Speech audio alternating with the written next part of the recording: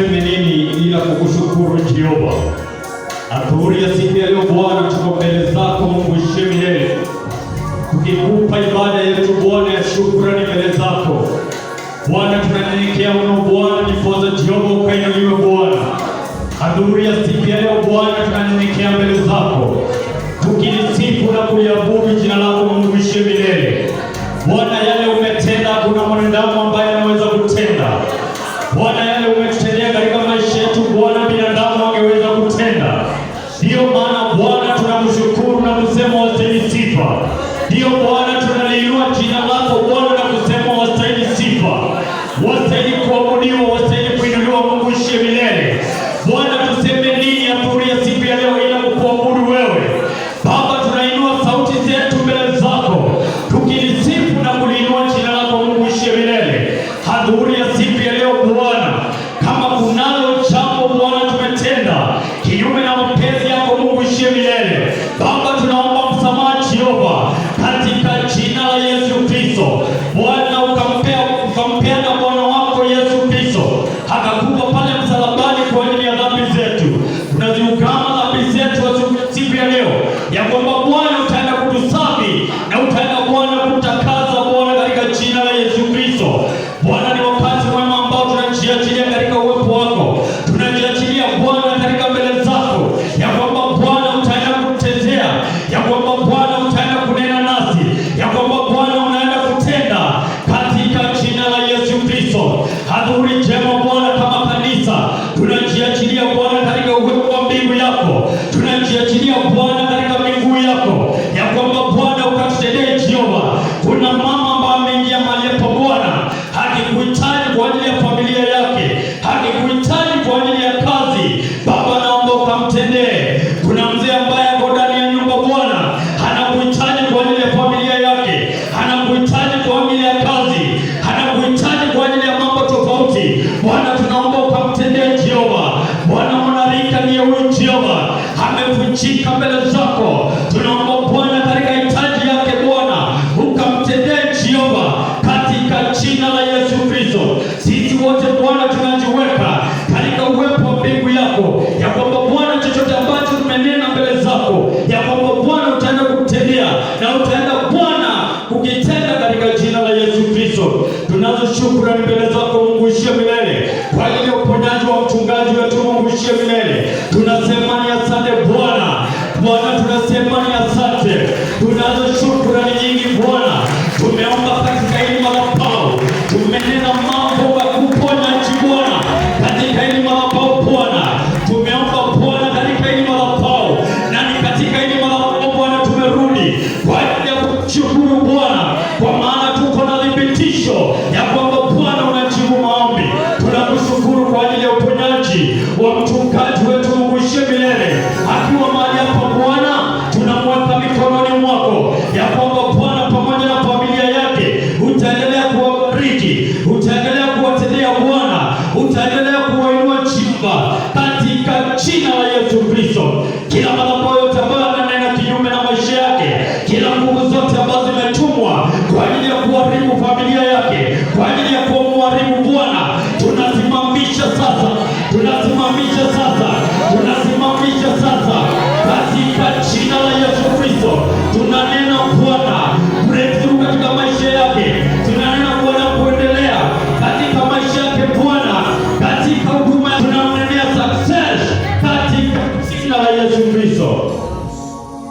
Bwana, tunanyenyekea kwa Bwana miguuni pako ya kwamba Bwana ukapate kuinuliwa. Tuko mbele zako Bwana Mungu ishiye milele katika hili ibada, naomba ukatutendee. Kuna mtu amekuja mahali hapa Bwana akiwa amevunjika moyo, tunaomba Bwana kupitia neno lako Bwana akapate kuinuliwa, Bwana akapate kurejeshewa.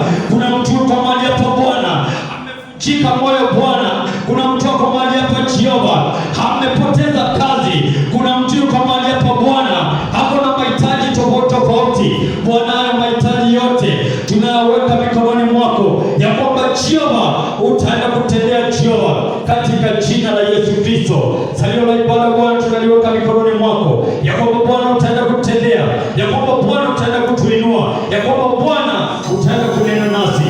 Tuhudumie sisi wote, tumenyenyekea mbele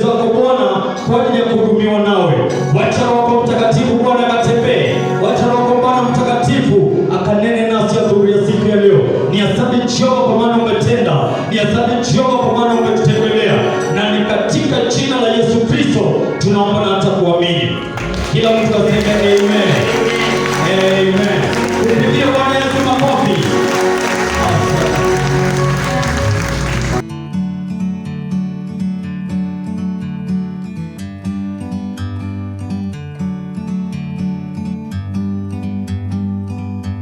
Like a bird on a tree, I'm just sitting here. I got time, it's clear to see. Naomba tu sitaweza kuchukua muda mrefu sana, lakini naomba univumilie kidogo. Niliweza kupata ajali ya moto, na Mungu akatupigania. Naamini ya kwamba umeweza kuambiwa au mchungaji ameweza kuwaelezea, na nilikuwa mara ya kwanza sikuwa najua ya kwamba naweza nikahubiri nikiwa nimesimama. Nilikuwa nimefikiria labda nitaletewa kiti nikaa mbele nihubiri kama nimekaa. Nilipokuwa ninatoka kwa nyumba, nikamwambia shetani ukae nyuma kabisa, kwa sababu hii kazi ni ya Mungu. Bwana Yesu asifiwe. Na Mungu ameniwezesha. Ibada ya kwanza sikuona nikikaa nikahubiri vizuri, maana ninakaa mara nyingi huwa nakaa, ama mara nyingi huwa ninalala kwa sababu ya ile ajali nilipata. Niliweza kuchomeka kutoka kwa magoti hapa mpaka huko chini. Nafikiria wengine waliweza kuona katika mtandao wa WhatsApp, na nikaweza kulaswa. Nikafikiria naweza nikalaswa kama wiki mbili, ikanichukua miezi miwili na nusu. Katika wiki za kwanza 2 na nusu hivi nilikuwa katika hali ya uchungu mwingi. Nilikuwa katika hali sikuwa naona mabadiliko katika kitonda. Pole sana kwa wale ambao mlikuwa mnanipigia simu, mnaniuliza unaendeleaje, nilikuwa nawaambia I'm improving, naendelea vizuri. I'm improving. Hiyo ndio jina nilikuwa natumia mara nyingi, kwa sababu sikuwa na jina lingine naweza nikatumia, kwa sababu nikiangalia kitonda kinakwama mahali kilianzia, hata kinaendelea kuwa mbaya zaidi, mpaka madaktari wanahusika wanakusanyika wanauliza what can we do for this pastor, tunamfanyia nini? Maana wakiangalia kitonda yaani badala ya kusaidika ama badala ya kubadilika kinakuwa kibaya zaidi, kinaendelea kuwa kitonda kibaya mpaka za wanashindwa. Mama mmoja alinikasirisha nasi mmoja alinikasirisha kidogo, akinifanyia dressing. Na kauliza na kitonda cha basi na kaaje sasa, juzi nikimfanyia dressing alikuwa hivi, sasa basi hii kitonda yako siuombee na wewe. Basi nikayamaza. Sasa nikauliza nikajiuliza maswali. Nasema vitonda hapa zinabadilika, at least kinakujia moyo yako, itutii moyo, inatumiza moyo. Sasa kakazilika kaenda nje, nilikuwa nimepakia dakika moja nichukue hizo vitu nianze kujifunga, lakini ubaya sikuwa nainama nifikie mguu. Sasa hiyo nilikuwa na shida, siwezi ukainama kufikie mguu inauma, imesimama hivi, inaendelea kusimama hivi, itaki hata ku. So nikawa nimeko na uchungu, nikauliza Mungu what is this? Lakini Mungu alinitendea. Baadaye akarudi na dawa zingine kanibaka.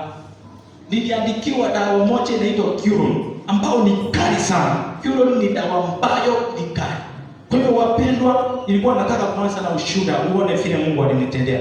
Lakini wakati niliweza kurealize, maana niliuliza maswali mengi, naye Mungu alikuja life.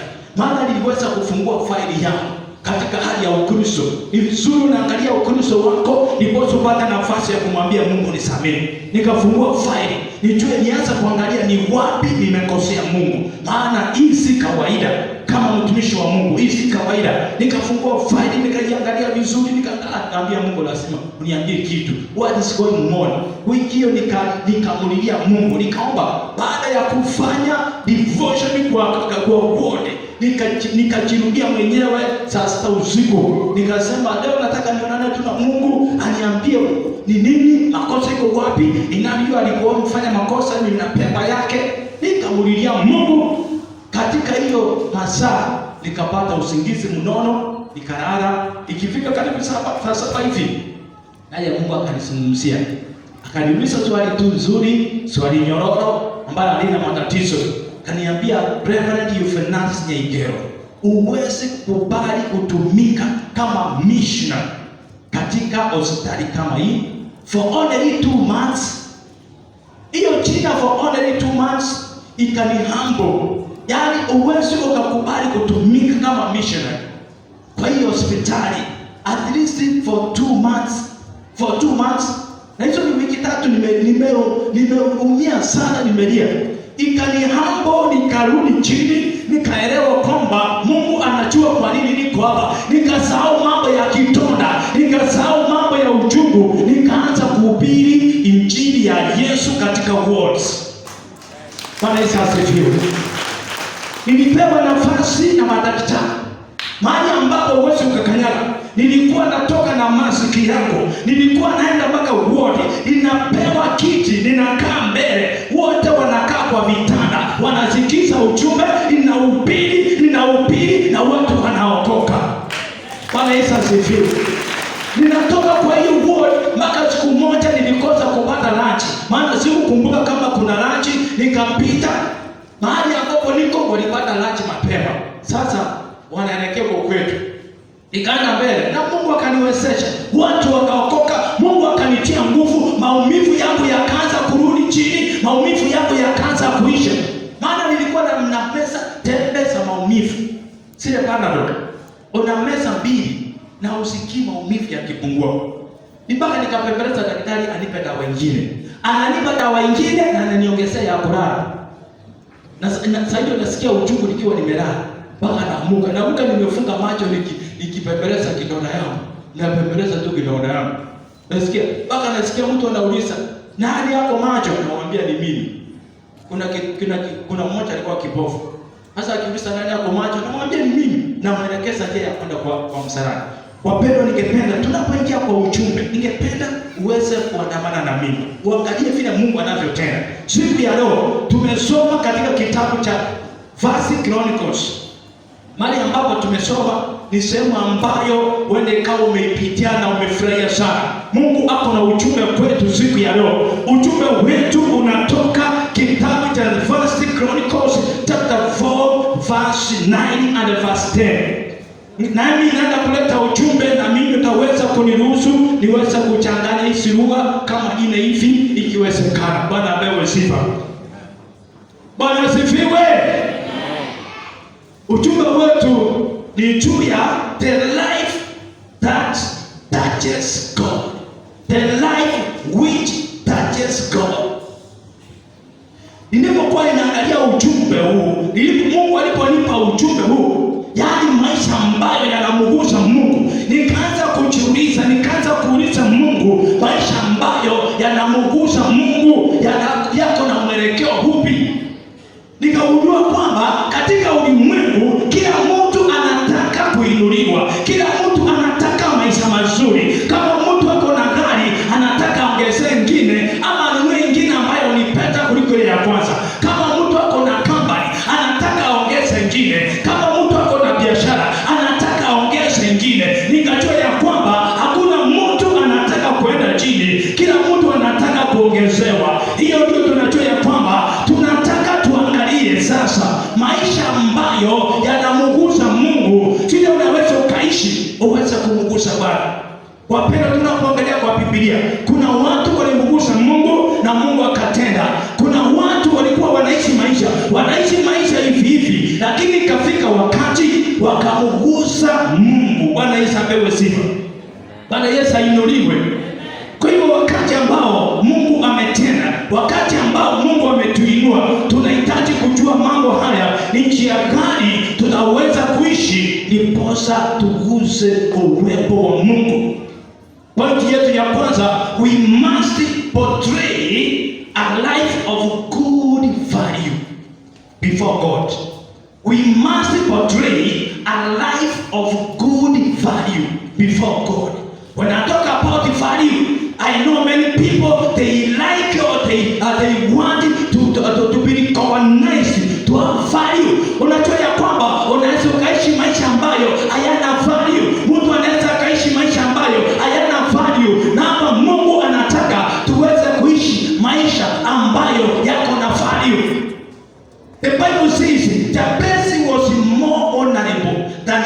brothers.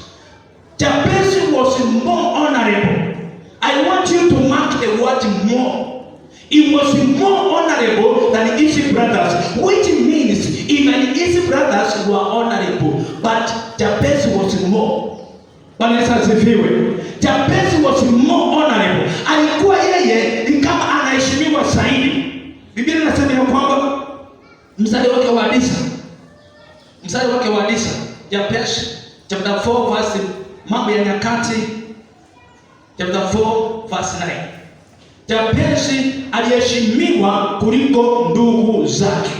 Kiingereza inaweka vizuri, he was more honorable than his brothers, which means his brothers were honorable in some areas, in some levels, but this man Jabez, he was more honorable. Hiyo neno lipo nigusa, nikaanza kuchunguza katika maisha ya Mkristo.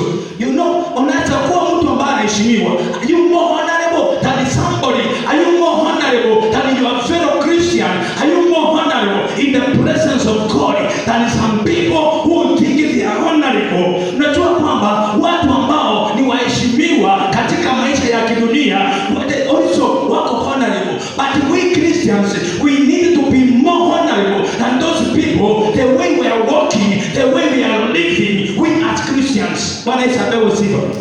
Lazima tuweze kuwa watu ambao wanaheshimiwa zaidi. Lazima uheshimiwe zaidi kuliko mtu fulani. Heshima yako iwe inaongezeka mbele za Mungu. That's why I talk about the life which touches God. Na nikasema ya kwamba we must portray a life of good value. Yani mtu anaishi, you can unaweza kuishi maisha ambayo yana value mbele za Mungu katika hali ya kutenda dhambi. Unaweza kuishi maisha ambayo yana value. Vile msema amesema ya kwamba we are honored. Akasema kila mtu avae maski. Unajua kuna watu hawana shughuli na maski na hawajui kabisa ugonjwa hii imefika wapi. Usipande ndani ya gari, amchatoka ndani ya watu na ukakosa kuvaa maski. Na singine unaweza kukosa value fulani. Value ya body. Unajua kuna wale sababu sio. Kuna yani tunahitaji kuwa na value ambayo tunahitaji nayo. Nilipokuwa ninaangalia hiyo neno, nikaona mtu ambaye ameheshimiwa zaidi. Nikaanza kuuliza, ni njia gani Mkristo anaweza kaheshimiwa zaidi? Ni njia gani Mkristo ambaye ni dada, Mkristo ambaye ni kaka anaweza kaheshimiwa zaidi? Nikagundua kwamba kuna mambo ambayo yanafanya tuheshimiwe. By the way, nikiuliza mtu waheshimiwa, honorable people in this world, anaweza kusema ni akina nani? Waheshimiwa. Ana mtu ambaye ni mheshimiwa. In fact, unaweza ukajiacha ukaanza kusema mtu kama mbunge, mtu kama yule ambaye na PhD, mtu kama professors, ukasahau kwamba you are honorable. Swali hili, ni nani ambaye ni mheshimiwa katika mbele za Mungu?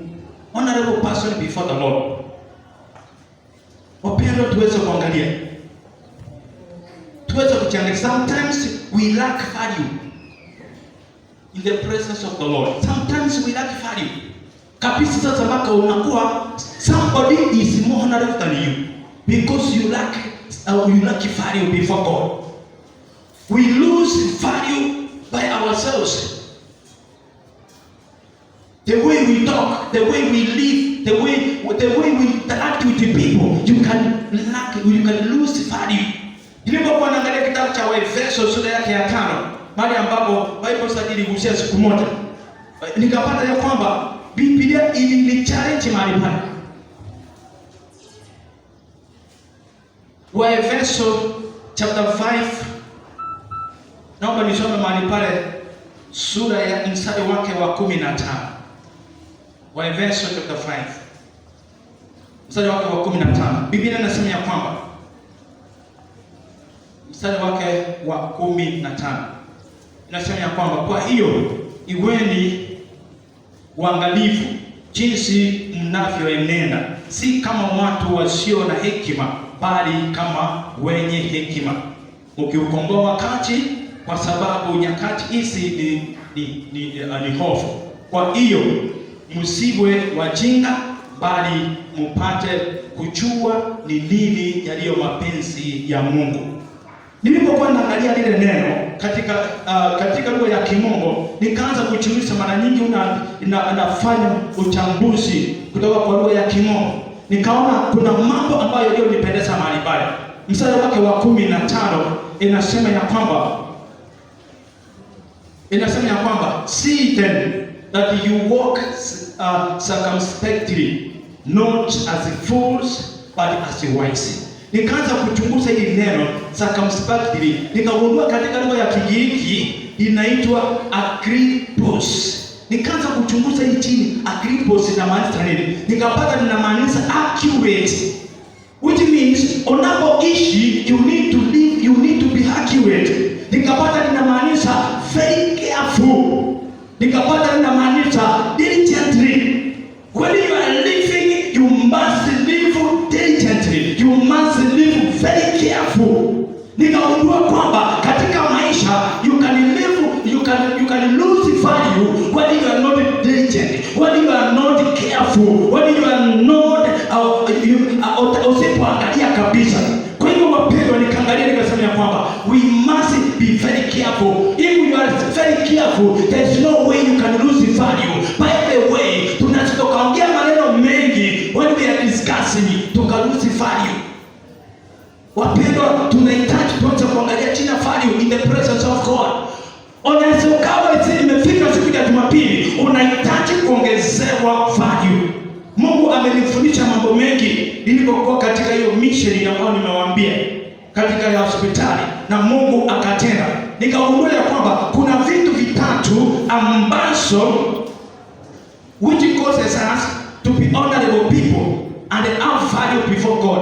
Vitu tatu zinaweza kufanya uwe na thamani mbele za Mungu, na wewe mwenyewe uweze kuwa na ile ama uweze kuwa mtu wa kuheshimiwa mbele za Mungu. Jambo la kwanza ni God fearing person. Lazima uwe mtu ambaye anamuogopa Mungu. This man mpaka anaongea na Mungu na anasikia, which means he was a God fearing person. You must be a God fearing person. Naye Mungu anadescribe a God fearing person kutoka kitabu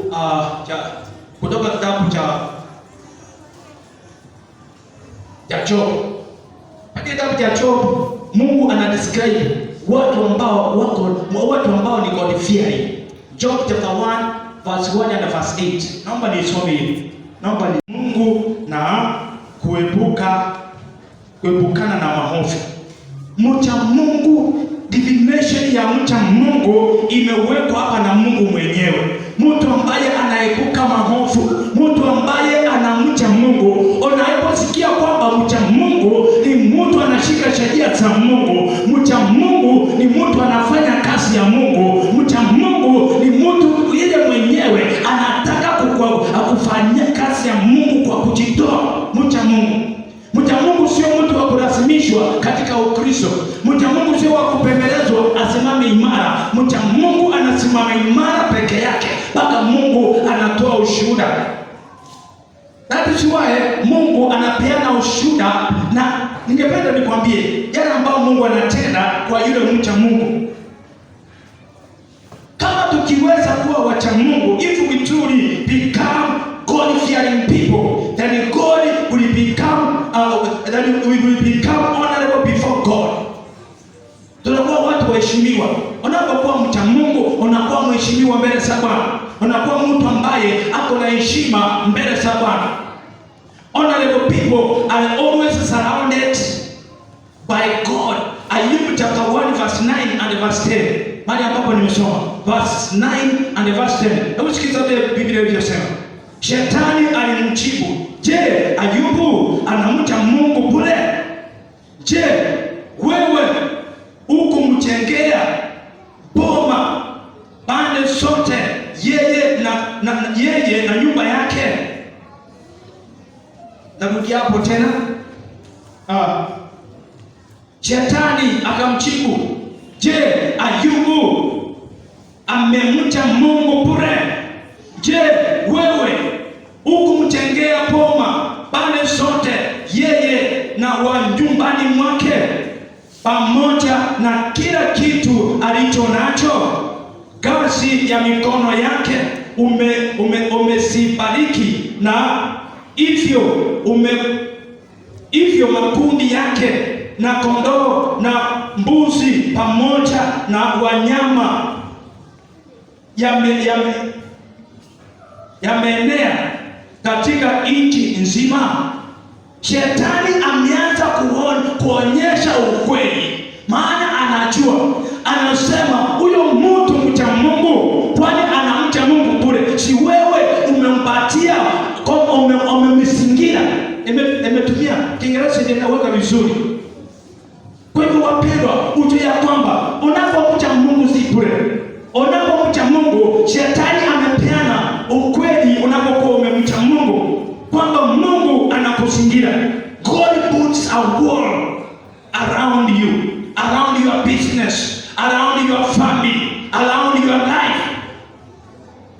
Hata zaidi shetani anaingia kidogo katika familia yako. Shetani mwishowe anachuyo mtu alikuwa mcha Mungu. Shetani anatoa ushuhuda. Nimesema mambo matatu ambayo yanafanya mtu awe honorable person before the Lord na awe na value. Jambo lingine la pili katika hiyo sehemu, a person of humility. Mtu ambaye ako na roho ya unyenyekevu. A person of humility. Ukiangalia huyo mtu ambaye ametajwa katika 2 Chronicles, ni mtu ambaye ako na unyenyekevu, anazungumza na Mungu kwa unyenyekevu. Tunaposoma kitabu cha Peter, chapter 1 verse Peter verse 5. First Peter chapter 5 verse 5. Inaonyesha ya kwamba to be honored by God, it's the same as to be favored by God. Unapokuwa mtu ambaye umekuwa humble mbele za Mungu, naye Mungu anakupatia favor nyingine kubwa sana. Jambo lingine la tatu ambalo linafanya uwe honorable, you must be accountable. Accountability before the Lord. Accountability before the Lord. Wewe you must be accountable in your Christian life. Ni mtu mwenyewe utakuja kuulizwa na Yesu mwenyewe. Were you accountable? Kuna mambo ambayo nafaa haufai kuambiwa na kiongozi wa kanisa. Haufai kuambiwa na mchungaji. Kuna mambo mengine ambayo ukiokoka unayafuatilia, unaweza kuingia na ukafanya. Mtu ambaye ni honorable. Wapendwa, tuanze kuangalia hayo mambo matatu. Those three principles, three areas nimetaja zinaweza zikafanya mtu aweze kuwa honorable before the Lord. Alafu ingine point ya pili. Point ya pili, we must go extra mile in our prayers. Verse 10, we must go extra mile in our prayers. Napoangalia jamaa, angalia vile anavyoomba. Ameanza kuomba. Verse 10 ameweka maombi sawa sawa. Hakuomba kwa sababu watu wanaomba. Hakuomba kwa sababu ni desturi ya kuomba. Aliweza kuomba kwa sababu anaelewa yeye ni nani. Verse 10,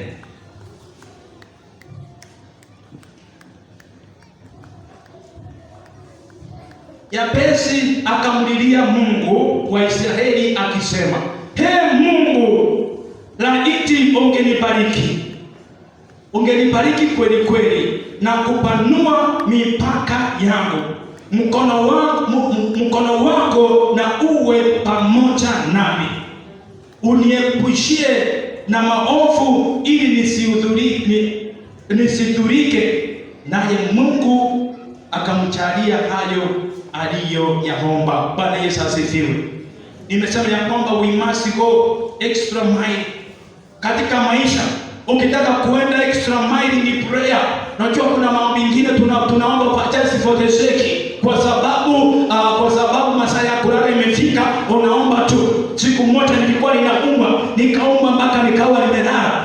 Siku hiyo hata chakula nilikuwa nasikia kama haina ladha. Nikaomba sawa sawa. Nikageuza. Maana siwezi nikageuka vizuri.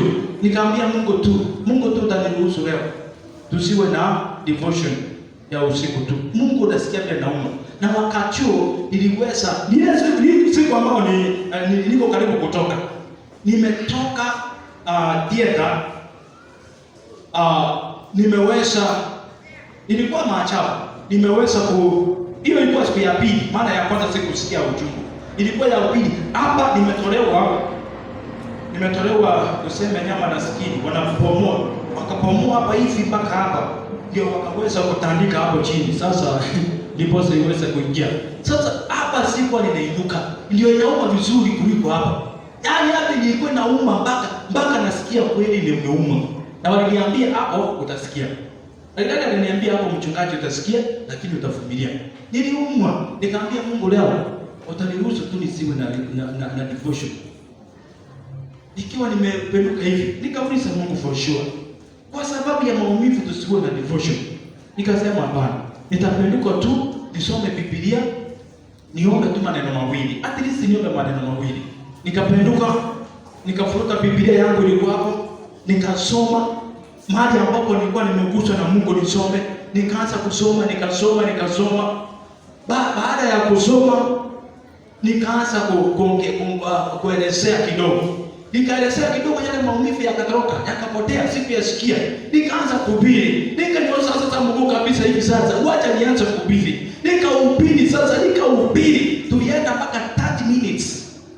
Watu wanacheka hapo kabisa. Sasa nikiuliza kweli for sure, vile tumeenda hakuna mtu anaweza kuguswa hapa mwenye chaokoka kabisa. Unataka kutoka hapa na maofi yako na wewe ni unabeba vitonda. Nikauliza kama kuna mtu angependa aokoke, mtu amechomoka akilia, mchungaji niombe. Na nikasema Mungu ni asante.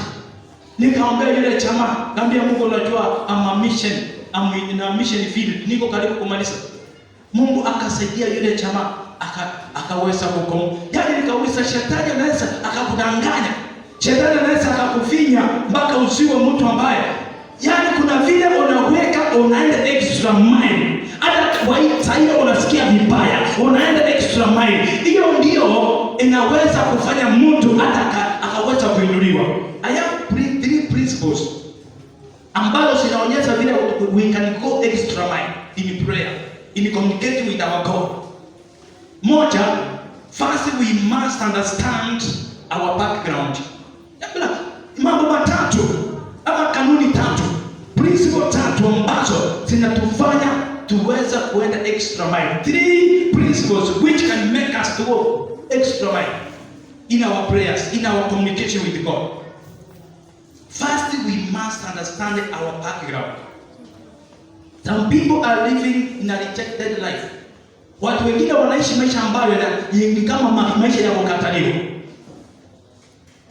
They were rejected. Wengine they were rejected even when they were in the wombs of their mothers. Watu wengine walikataliwa. Wacha nikwambie, watu wanakataliwa. Mama alikataa mimba. Bwana Yesu asifiwe. Mama mimba iliingia kama ipangilii, akaikataa. Akatafuta mbinu ya kutoa, mimba ikakataa. Alafu mtoto amesaliwa, unasema is not a rejected person. Maisha yake yanakaa rejected. Mama mwenyewe alikataa ile mimba. Hapo ameipangia, akaikataa. Na wengine anaikataa, anaikubali sikubali. Mtoto wake anakaa anaishi maisha ya rejected. Wengine tumekuwa rejected na hatuwezi tukagundua background. You need to understand your background. Ndipo uweze kuenda extra mile. Wengine watagundua kwamba kuna laana ambayo inanifuata. Anapiga maombi ambayo shetani anainua bila anaenda. Bwana Yesu asifiwe. Kuna maombi ambayo tunahitaji. Hii ndiyo ilifanya Ana akapiga maombi ya extra mile. Ana alikuwa saa yote anataka kuuliza mzee ampatie mtoto. Saa yote anaanza kulilia mzee. Anaambia mtoto, mzee nipe mtoto, mpaka mzee anaanza kukomplain. Ilifika wakati Ana akaenda extra mile, akamlilia Mungu ile ya kumlilia. Na Mungu akamsikia. Mungu akampatia Samueli. Tena akampatia watoto wengine 5. We must understand our background. Background zingine unaweza ukaziangalia kwa maisha yako. Background zingine unaweza ukaziangalia. Mtu anaishi maisha yake, lakini hata yeye mwenyewe hana amani. Ndugu mwingine alichomeka. akachomeka. Huyu mtoto alichomeka, alikuwa mtoto wa miaka 13. Alipojiangalia kioo kwa choo ama kwa bafu, alipojiangalia akaona bila kinyama katuni. Akaangalia vile amechomeka katuni. Akaenda kujirusa. Sasa ameenda kujirusa, maana alikuwa 4th floor. Sasa anaenda kujirusa, akafungua mlango, akapata kuna msemo mwingine pia alikuwa amechomeka kutoka hapa mpaka huko chini. Ameng'ang'ana, akafuka dirisha, anaota choo. Sasa mtoto anataka analia na sana, anataka kujiua, akafuka. Sasa anataka kujirusa, hilo mzee akashika zile mabandage, maana ndio tumefungwa nazo. Akashika akarudisha bandage. Wakasaidiana wakarudisha mpaka kwa domo, na mpaka kwa ward. Ninasema kwa domo maana nilikuwa nakaa kama domo tu. Maana ni kulala. Kwa nilikuwa nalala tu. Hakuna kitu kingine unafanya, hakuna kiti, si kulala tu. Sasa mtoto akarudishwa. Mtoto akaangalia vile amechomeka. Lakini wakakaa wakamfunga huyo mtoto, wakafunga zile madirisha, maana hawezi kufungua na nguvu, ana nguvu ya kufungua. Wakachunga asiende choo. Wakamletea pesa, ni kama alikuwa aenda hapo kwa watupe. Simu ikapigwa kwa mama yake nyumbani. Alikuwa mumeo. Alikuja akaanza kulala na yeye. Akaanza kumchunga, akaanza kumfunga. Akienda kwa choo wako na yeye. Sasa hivi mtoto ndiye alikuwa, nikamwambia my wife. Mtoto alikuwa anadesikisa, amepona. At least kuna vile mtu amekuwa rejected mpaka yeye mwenyewe anajikataa. Ukiona mtu ambaye amekufa moyo hata kuishi, anajikataa. Nilikuwa nimekaa na mzee ambaye alikuwa amevunjika mguu. Gari ikamgonga ikavuja mguu. Akipona, maana ametengenezewa fimbo, akipona ile amepewa ile mguu ya bandia. Akapona, akaenda kufanya kazi yake. Kwenda kufanya kazi yake ya kufanya ketas. Hizi za kuweka hapo juu. Ikachomoka tena. Alilima chini akakatikia patena. Akiletea Kiambu akasema wakakata mguu, akasema ingawa tumekata atuwezani nayo. Ile Kenyatta. Alikuwa na mimi, kwa narada hapa na mimi hapa. Nikihubiri ana shughuli. Alikuwa Mkikuyu. Niking'ang'ana ana shughuli. Mara ya kwanza ana shughuli. Nikimuongeleza tunaongea. Tunacheka tu. Nikamwambia anielezee vile alipata ajali. Akaniambia mchungaji, mimi nimekifa. Afadhali nikufe sasa hivi. Kama alikuwa nini? Akanielezea kuna magonjwa ngapi? Hii. Amefika hapa akapatikana kuna ugonjwa wa sukari. Alipofika hapa akaanza kupewa madawa ya ugonjwa wa sukari. Alikuwa na pressure, alikuwa na ingine. Aliniambia akipona na kuja hapa. Niambia yeye atakuja hapa. Nikaanza kumwambia vile Mungu anatenda. Nikampatia ushuhuda ya yule mtoto ambaye alikuwa anajitupa. Nikampatia maushuhuda nyingi. Nikamuongeleza. Alianza kulia. Mzee alianza kulia. Akaniambia nilikuwa Mkristo. Nikarudi nyuma. Sasa ni nini nilifanya nikarudi nyuma? For sure ni Mungu anipe tu nafasi niweze kuhudumu. Akakubali kuokoka. Vile tunavyoongea hivi ndio niliachia hiyo board ama hiyo dom. Nilimwachia awe kama pastor. Nikamdedicate kwa wengine. Sasa ndiye anawaombea, ndiye anahubiri, anachagua wa kuomba. Sasa ikawa ananipigia simu, ananiambia mchungaji, tunaendelea vizuri. Mimi niliomba, tunaendelea vizuri. Yaani mtu ambaye alikuwa amekifa. Kuna vile sasa mimi nimekuja nimevaa zile nguo za hospitali. Kuangalia mke wangu ndio yule. Ati sasa nianze kumngotea saa yote na tutaenda nyumbani na yeye. Nikamkia yeye. Atikana kakimbia. Akakimbia. Wewe pasa. Mwambie wewe acha mambo yako. Hii ni mke wangu. Sasa ni karibu miezi miwili utaona mtu na alikuwa amepata hiyo nafasi. Anaanza kumngotea.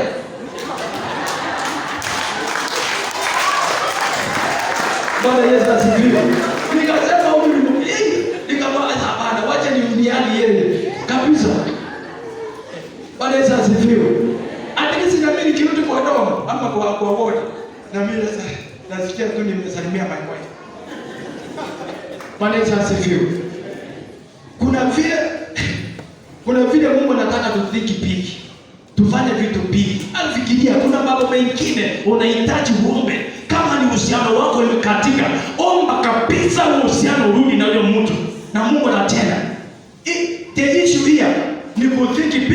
na kuomba Mungu mambo makubwa. Mwambie Mungu akutendee. Yenye alisema hapa, boundary sipanuke. Kuna jambo la tatu aliweza kusema.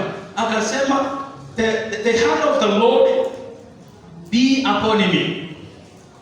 The hand of the mkono wa Mungu juu yangu. Inamaanisha let the presence of God walk with me. Ni kusema uwepo wa Mungu utembee na mimi. Wapendwa, unapoomba, wacha kuomba maombi, angalia ujifundike na mambo makubwa, jiombee mambo makubwa, jibariki na mambo makubwa. Tafakari mambo makubwa. Afadhali kusema ninaenda Runda, hata kama utakufa kama hujaenda, lakini mawazo yako ilikuwa uende Runda. Bwana asifiwe. Utaenda. Siku moja utajua hata kama ni miezi mitatu. Mchunga ya nyumba ya mdosi ameenda Amerika. Utakuwa umeenda Runda na wewe. Bwana asifiwe. Tujibarikie na tutamani mambo makubwa. Hata biashara yako ifanye vizuri, wacha kukufa moyo. Jambo lingine aliweza kuomba kubwa. Kipo uweze kuomba kwamba keep me from evil. Akuepushie maovu. Ningependa niweke point ya mwisho. Ya pili nimeweka we must go extra mile. Ya tatu, we must ask anything from God by faith. We must ask anything which you ask, anything from God, ask in faith. Hakuna vile anaweza kaitisha mambo makubwa kama hakuwa na imani na atendewe. Sasa nikuja ushuhuda wangu wa mwisho tukimalizia. Nilipomlilia Mungu, nikamwambia sasa nielezee, nimefungua faili yangu, nimeona bado ni mazuri. Nikauliza Mungu, shida ni nini? Mungu hawezi kunielezea. Katika hiyo hali ya kumwambia Mungu anielezee, maana I was very bitter. Niliomba usiku wa manane, saa 8 usiku. Kwa saa 8 ama saa 7 hapo hivyo. Mungu akanitokea katika ndoto, akaniuliza, Reverend Euphanius ni here. Uweze kukubali kutumika kama missionary katika hospitali kama hii. For just 2 months. Hiyo sauti ilikuja for just 2 months. In fact, it humbled me. Ikanishuta, nikaweza kuwa humble. Nikaachana mambo ya uchungu. Nikaachana mambo ya kusema mambo ya uchungu. Nikaanza kuhubiri. Nikahubiri, nikienda word to word. Nikauliza nurses, kama ninaweza nikaenda, maana wamekaa na mimi hizo siku zote, wanajua mimi ni mchungaji, wameona nikihubiria. Hata saa zingine unakuta nikiomba wanasimama kwa mlango. Nikamwambia wanipe nafasi niende ward kwa ward. Kitu moja ambacho kiweza kushtua, kuna ward ambayo ilikuwa ya criminal. Ilikuwa next to us, ilikuwa ward 7. Ilikuwa criminal. Wengine unaona ward ambao wanajifungia wafute pangi na sigara. Wanajifungia ikifika saa 6 ya usiku. Wanafunga milango kabisa, wanaanza kufuta mpaka tunasikia zinanuka, kumbe zinatoka kwao. Nikienda sasa kuhubiri malika, kabla sijaenda wakapeana report. Huyo tunasikia kuna mchungaji yule ward nyingine. Wacha jaribu kuja kwa ward yetu. Tutamuonyesha. Akiwacha jaribu. Nikaomba Mungu, nikaenda na fimbo, nilikuwa natembea na fimbo.